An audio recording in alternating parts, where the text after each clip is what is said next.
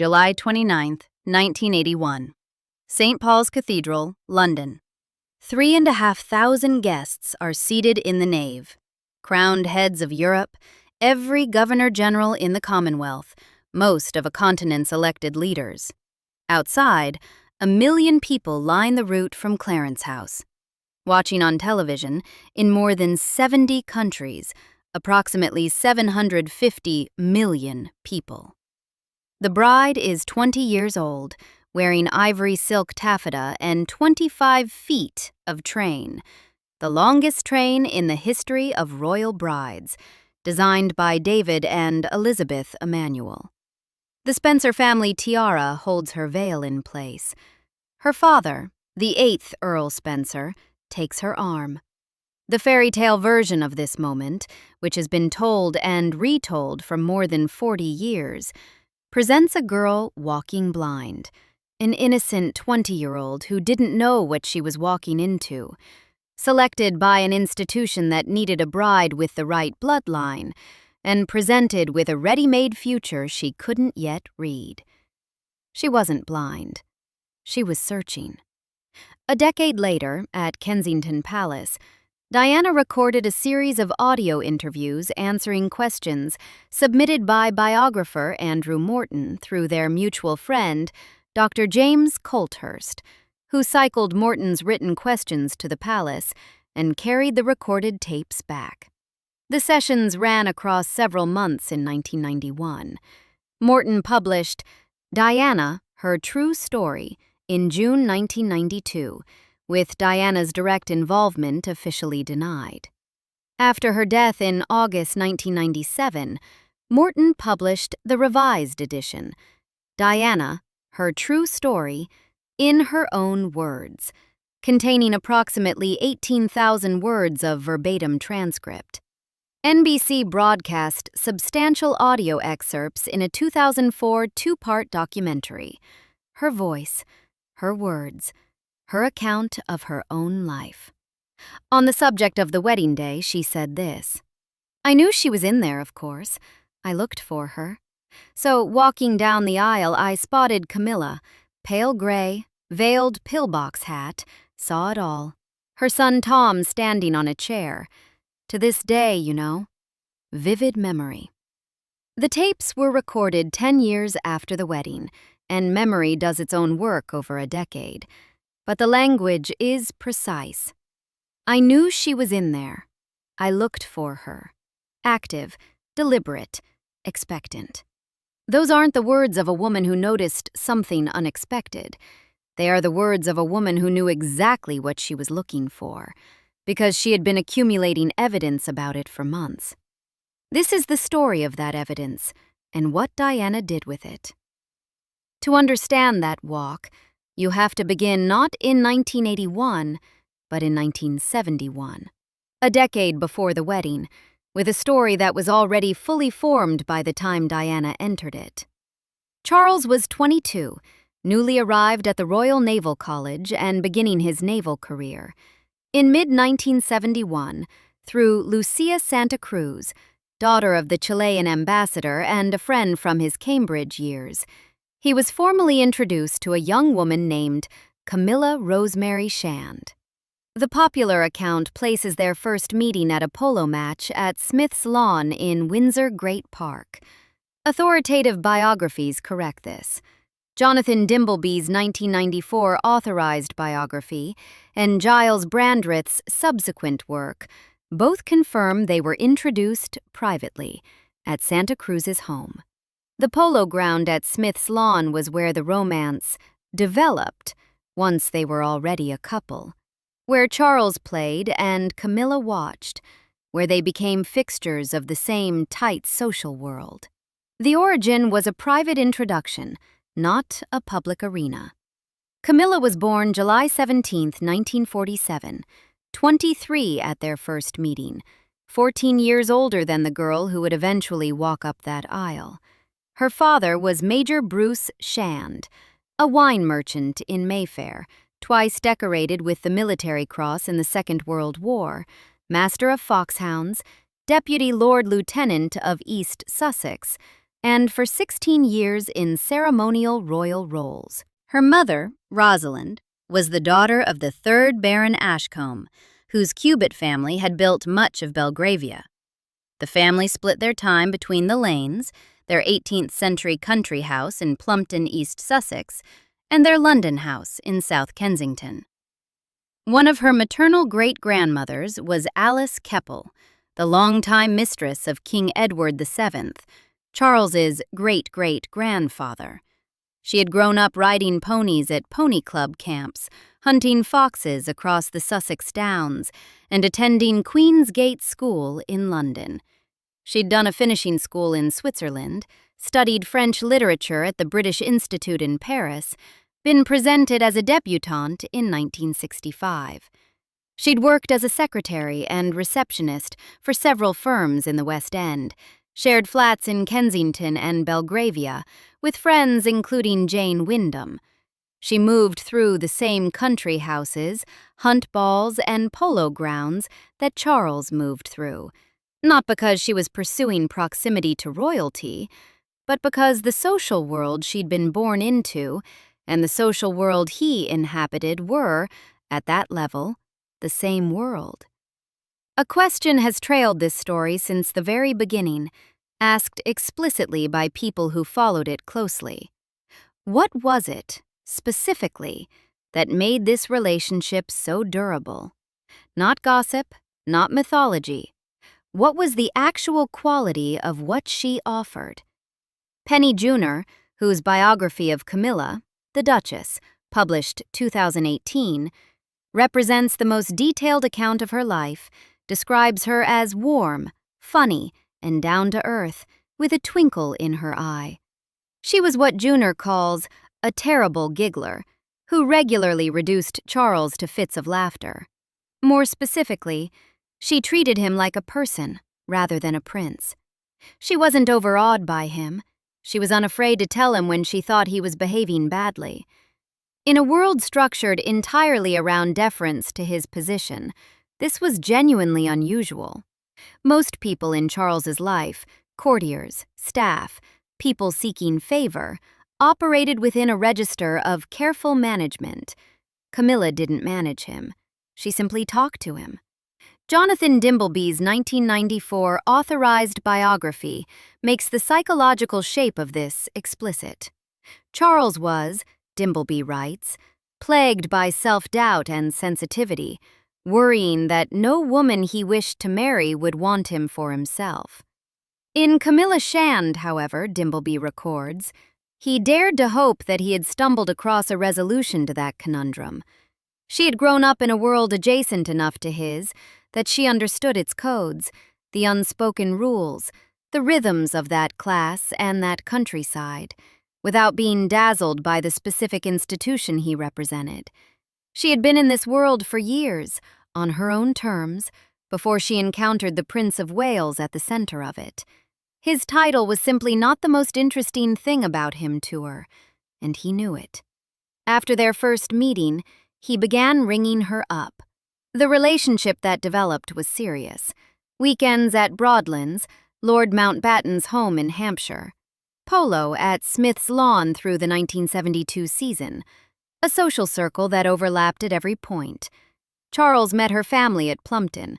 The connection was known, within that closed world, and it was real enough that those close to Charles remembered it decades later as the relationship he should have been allowed to pursue.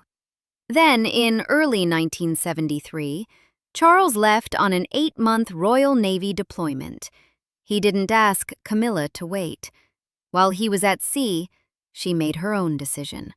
On July 4, 1973, Camilla Shand married Andrew Parker Bowles, a cavalry officer in the Blues and Royals, at the Guards' Chapel in Wellington Barracks.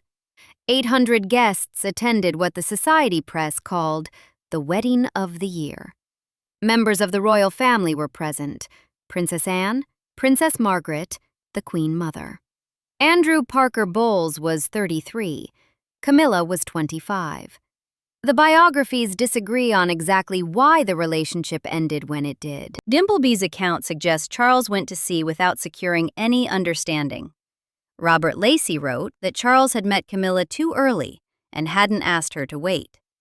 Other accounts suggest palace advisors were actively steering Charles away from her, regarding her bloodline as insufficient for a future consort, despite her aristocratic maternal connections.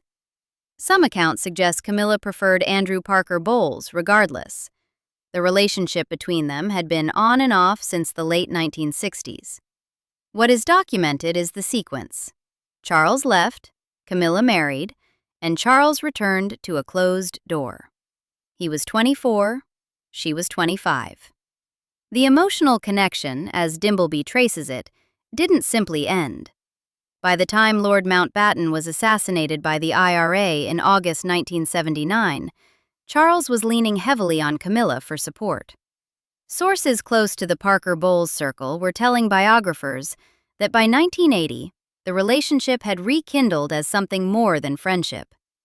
Charles himself, in the June 1994 Dimbleby documentary on ITV, watched by 13 million people, admitted adultery after his marriage had irretrievably broken down, placing the full resumption of the affair within the marriage. The emotional proximity, the phone calls, the shared world, those had never stopped. This was the precise situation in the autumn of 1980 when Diana Spencer entered the story. She wasn't the first woman to see it clearly. Anna Wallace, known in riding and hunting circles as Whiplash Wallace for her skill on horseback, she was the daughter of a Scottish landowner, and by late 1979, she had become seriously involved with Charles. By early 1980, the press had identified her as a leading Princess of Wales candidate. She had been taken to lunch with the Queen, the palace's way of signaling that a relationship was being considered seriously. The institution was weighing her. That summer, Charles attended 2 balls with Anna as his companion. Penny Junor's account in The Duchess identifies both.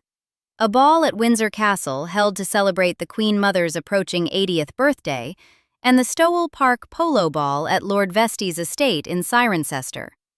At both events, Charles spent the bulk of the evening with Camilla Parker Bowles, dancing with her, talking with her, leaving Anna to watch from the margins across an evening, then across 2 evenings.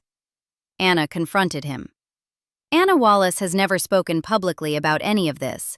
All accounts are reconstructed from biographers who interviewed people close to the situation. Penny Junor's version, in The Duchess, is compact. "No one treats me like that, not even you." Other biographical accounts run longer. "I have never been so badly treated in my life. You've left me all alone all evening." Whatever the precise wording, the action is undisputed. She left. Not just the ball, the relationship. Within months, she had married Johnny Hesketh, youngest son of the 3rd Lord Hesketh, in a ceremony at Wellington Barracks. The press found it had nothing further to follow. She died in November 1997, shortly before her 50th birthday, without ever giving a public interview about her time with Charles. Anna Wallace's name has been almost entirely forgotten.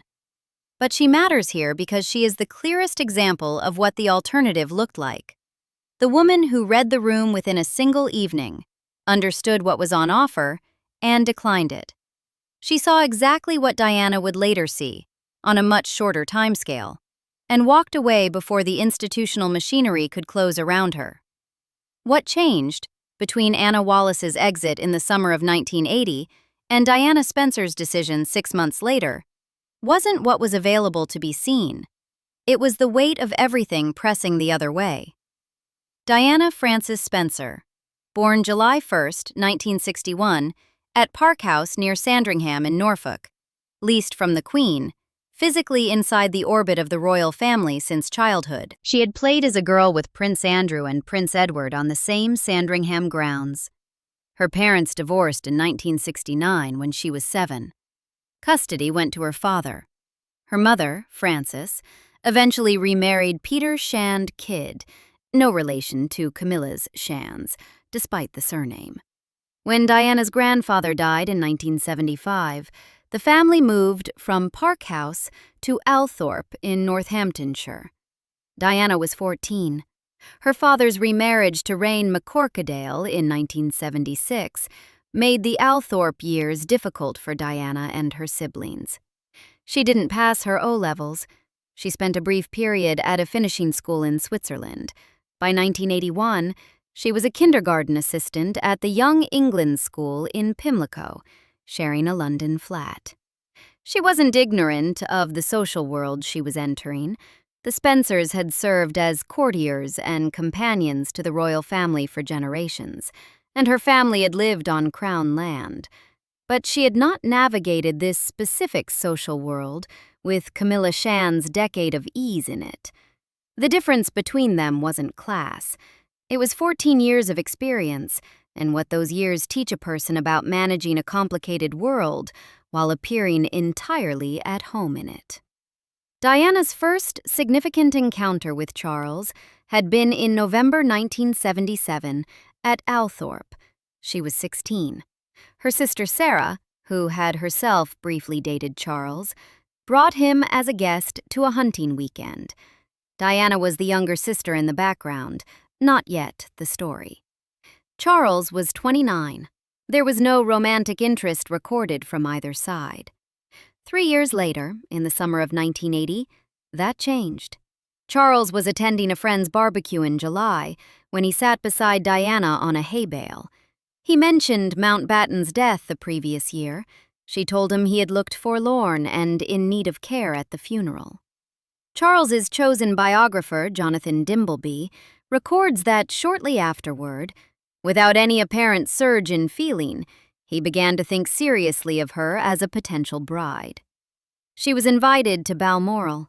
The press found her outside the kindergarten in Pimlico, waiting for the school day to start. She handled the cameras with a grace and patience that struck everyone watching. The institution took notice.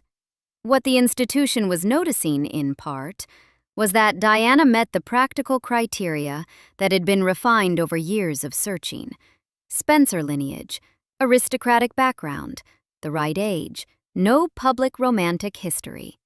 She was the kind of blank canvas figure who could walk into a centuries-old institution and become what it needed her to become. That assessment wasn't unkind at the time. It simply didn't account for the person inside the canvas. And through all of this courtship period, Camilla Parker Bowles was already woven into Diana's daily life. Juner records in The Duchess that Diana visited Camilla and Andrew Parker Bowles at Bolhide Manor, their country home in Wiltshire, when she first started seeing Charles in 1980. Photographs from the Ludlow races that autumn, one of Charles and Diana's first public appearances as a couple, show the two women standing side by side, talking, Camilla steady at Diana's elbow while the cameras bore down. Tatler, drawing on Juner's research, describes Camilla in that period as something of a reassuring older presence. She was 14 years Diana's senior, a closer contemporary of Diana's sister Sarah, and she knew this social world in a way Diana was still learning to navigate. Charles had presented Camilla to Diana simply as a friend. Diana was 19. She was entering one of the most scrutinized institutions on earth, and the woman at the center of the story Charles wasn't telling was being kind to her. That detail, that Camilla was warm to Diana, that they were photographed together companionably, that Diana visited Bolhide, that Camilla functioned in those months as a guide, makes the situation far more psychologically complex than straightforward deception. Two women in the same social orbit, one of them not yet knowing she should want to be kept apart from the other. On February 24, 1981, the engagement was announced. Charles was 32, Diana was 19. That afternoon at Buckingham Palace, they gave a televised interview for ITN. The interviewer asked whether they were in love. Diana responded immediately, "Of course." Charles paused. Then, "Whatever in love means." He followed with, "You can put your own interpretation there." Tina Brown and others who have analyzed the coverage have noted that almost no major newspaper highlighted that hesitation at the time. It washed past in the general celebration of the announcement. It became notorious only in retrospect, once everyone knew what the context was.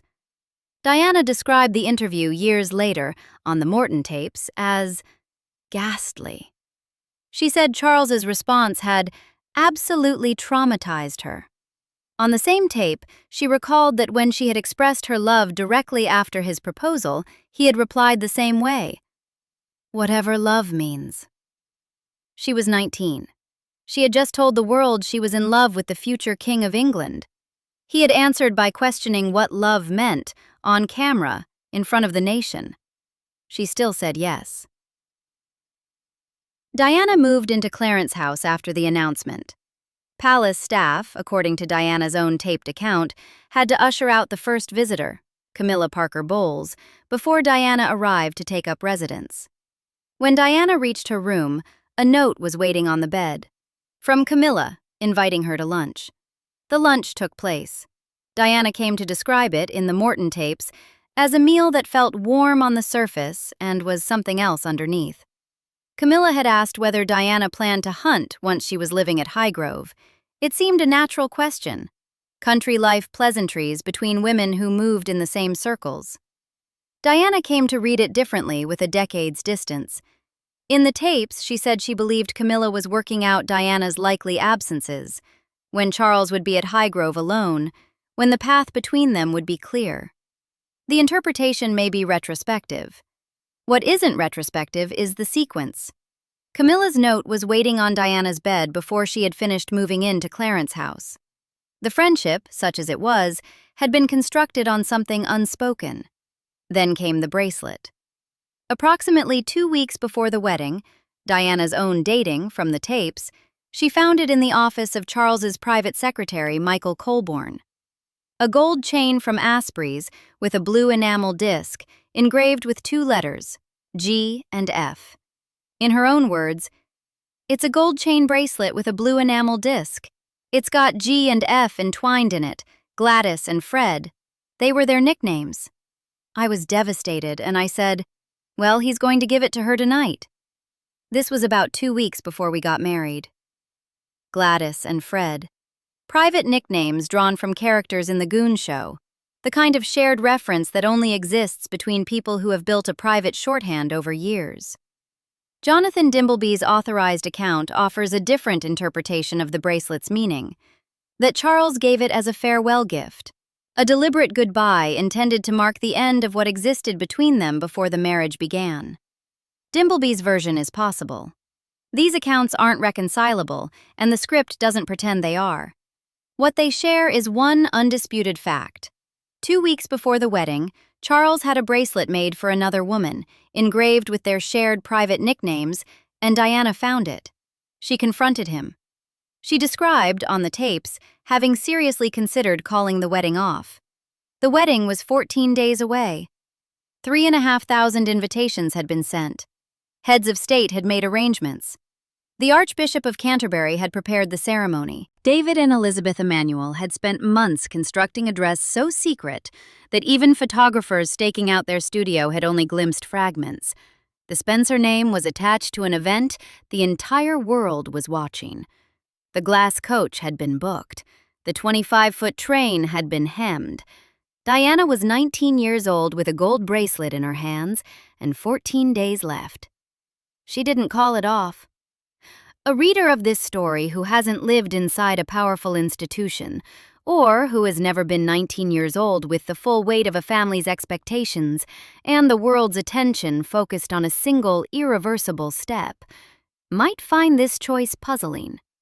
It's worth saying what the alternative actually looked like. Anna Wallace had needed one evening to walk away from a ball. She had no obligations to an institution, no public engagement announcement, no 750 million people anticipating a ceremony. She had an exit. She used it. Diana's exit, by the time the bracelet was in her hands, would have required dismantling not just her private decision, but a national event. The machinery had already moved past the point where one person's knowledge could stop it. This isn't a defense of the institution that built that machinery. It's a description of how it worked. July 29th, 1981. The morning. Diana had lost weight during the 5 months of the engagement. Her waist had shrunk enough that the Emmanuel dress had to be taken in significantly, creating the visible crumpling at the bodice that confused fashion observers at the time. The palace attributed it to pre-wedding nerves. Diana later called the wedding day without qualification, "the worst day of my life." Not the worst day that came after, the day itself. She stepped into the glass coach at Clarence's house. Her father, visibly weakened by his 1978 stroke, but present, took her arm. 800,000 people lined the route to St. Paul's through the July heat. The coach moved at walking pace. At St. Paul's, the nave stretches approximately 560 feet from west door to altar. Diana walked it on her father's arm, in 25 feet of ivory taffeta, with the Spencer tiara catching the light from the cathedral's windows.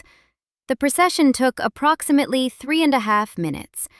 What follows is her own account, not camera footage, not a biographer's inference, not retrospective analysis by anyone other than Diana. She described it herself, on tape, in 1991, a decade later. Memory does its work over 10 years, but the specific detail in what she says isn't generalized or vague. It's the detail of something actively registered, watched, and held. I knew she was in there, of course. I looked for her. So walking down the aisle, I spotted Camilla, pale gray, veiled pillbox hat, saw it all. Her son Tom standing on a chair. To this day, vivid memory. Tom Parker Bowles had been born in December 1974. He was 6 years old. He was standing on a chair to see above the hats in the pews. Camilla had been invited by Charles to the ceremony at St. Paul's, though not to the more private wedding breakfast at Buckingham Palace that followed. That was one boundary Diana drew. Camilla had been invited by Charles to the ceremony at St. Paul's and was seated in the congregation. Diana saw her. She had known she would be there. She looked for her, found her, and kept walking. The ceremony continued. They appeared on the balcony of Buckingham Palace. The crowd below extended as far as the eye could see. The photographs from that balcony have been reproduced so many times that they have become their own category of cultural image. And in the same moment those photographs were being taken, a myth was assembling itself. In the palace briefings, in the newspaper coverage, in the way the day was narrated to the world. The myth required Diana not to know. The palace needed that reading because an informed bride would raise impossible questions about institutional knowledge and complicity. The press needed it because the fairy tale was worth more to them than the truth, and the fairy tale required innocence. The public needed it because the wedding had been sold as a love story, and love stories require that the bride believes. And so the knowledge Diana actually possessed, the bracelet in Colborne's office, the note on the bed, the lunch about hunting schedules, the hesitation in the engagement interview, the face she had scanned the congregation to find, was absorbed into the official narrative as nervousness, as the natural anxiety of a very young woman about to become a princess. It would hold, publicly, for more than a decade. The honeymoon began aboard the Royal Yacht Britannia. At an official dinner during the early days at sea, Diana noticed Charles's cufflinks, gold, engraved with 2 entwined C's, a gift from Camilla Parker Bowles. He was wearing them at the formal dinner table. Multiple accounts drawing on the Morton tapes confirmed the discovery. Diana identified the cufflinks and understood what they signified. She had accumulated enough evidence by that point that it wasn't a shock, it was a confirmation. The marriage was constituted from its opening week, with this presence already threaded through it. The early years of the marriage were characterized by what Dimbleby would later describe as Charles being lonely, depressed, and angst-ridden. Diana was dealing with bulimia, which she later described as beginning shortly after the wedding. She was navigating an institution that had no particular interest in her well-being and a significant interest in her public performance. She was, simultaneously, one of the most photographed people in the world and someone with very few people she trusted. The two things made each other worse. By 1986, according to Dimbleby's account, the Charles-Camilla relationship had resumed in its fullest form. This is the timeline Dimbleby's authorized biography presents, an affair that ended when Charles became engaged in 1981 and resumed after the marriage irretrievably broke down. Dimbleby is explicit about this sequence, and it represents the more charitable version of events available to Charles from a biographer given full access to his diaries and letters. Diana's own account in the Morton tapes does not describe a gap. Her descriptions of discovering evidence, the bracelet, the cufflinks, overhearing Charles on a mobile telephone telling someone, "Whatever happens, I will always love you," aren't organized around a clear timeline of resumption. They describe a continuous emotional reality from which she was never fully separate after the wedding. The two accounts can't both be entirely right. The script does not attempt to adjudicate between them. What's documented from both sides is this. At some point in the 1980s, the relationship was active, and Diana knew about it, and the marriage continued anyway. In 1989, Diana turned up unannounced at a birthday party for Camilla's sister, Annabelle Elliott. Camilla was there. Diana told her directly, "I know what's going on between you and Charles, and I just want you to know that." When Camilla, in whatever spirit, suggested that Diana had beautiful children and public adoration, what more could she want? Diana replied, "I want my husband." She had been carrying this knowledge since before the wedding. She had been saying it in those private confrontations for years. The public myth held regardless. It held until June 1992, when the Morton book forced a reckoning. Even then, the focus landed primarily on Charles's betrayal and the institution's cruelty. The more specific question, that Diana had walked up that aisle knowing, had searched for that face, had found it, and kept walking, remained in the text without becoming the headline. In November 1995, Diana sat across from Martin Bashir in her sitting room at Kensington Palace and said to roughly 23 million viewers in the UK alone and an estimated 200 million worldwide, "There were 3 of us in this marriage, so it was a bit crowded." That line has been read for 30 years as a description of a marriage undermined from outside, Witchett's. Read alongside the Morton tapes, alongside, "I knew she was in there, of course. I looked for her." It's also the public articulation of something she had understood before she ever took her vows. 3 of them. She had counted correctly, walking down that aisle, scanning the congregation for the pale gray hat. There is a grief in the community of people who followed Diana, who watched her picture taken from every angle, who watched the institution close around her, who watched the warmth and intelligence she brought to public life go largely unrewarded by the people who were supposed to be closest to her.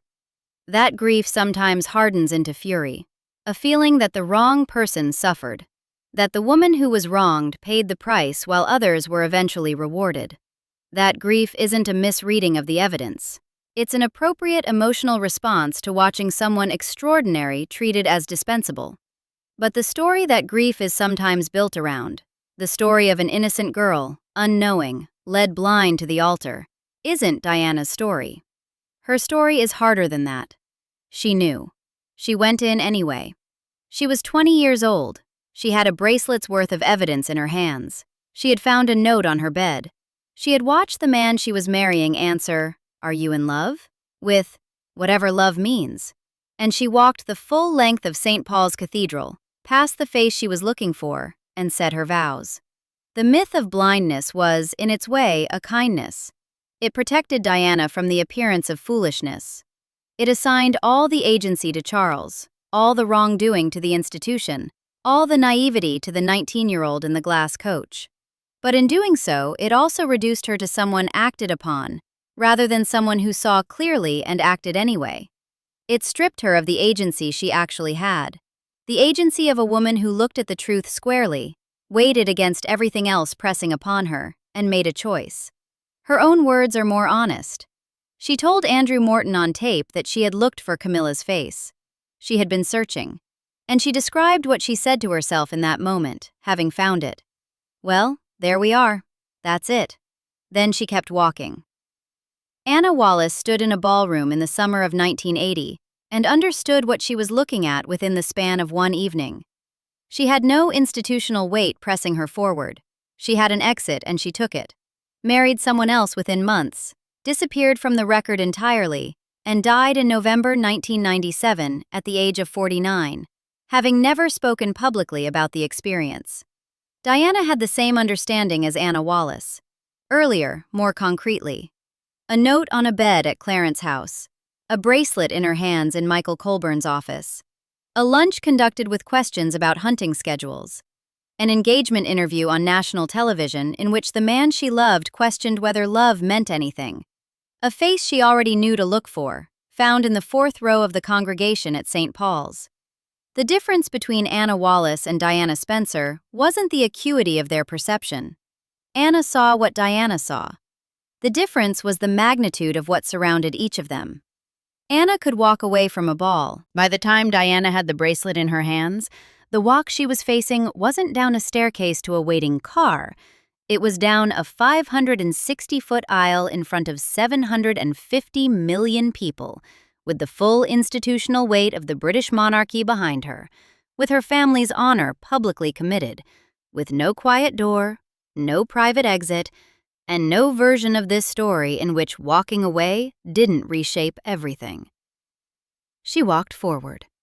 She scanned the pews, found the pale gray hat and the small boy standing on a chair, noted it with the specific clarity of a vivid memory that held for decades, and continued to the altar. The story, told for 40 years, is that she didn't know. Her own words say she looked and found and kept walking. Those aren't the same story. The difference between them matters because one story asks us to grieve for a girl who was deceived, while the other asks us to reckon with a young woman who saw the situation clearly, weighed it against everything else pressing on her from every direction, and made the decision to proceed. To hope that knowing would be enough. To believe that being present, being loved, being chosen publicly might eventually matter more than a bracelet and a face in a crowd. That hope turned out to be wrong. The marriage was what the evidence suggested it would be. But the hope itself wasn't naive. It was the only rational response available to someone standing where Diana stood, carrying what she was carrying, facing what she was facing. Diana told this story herself, in her own voice, on tape, in private, a decade after the fact, when she finally had the words and the distance and the courage to say what had actually happened. She told it the way she lived it, with her eyes open. If you want more stories told this way, subscribe. New films every week.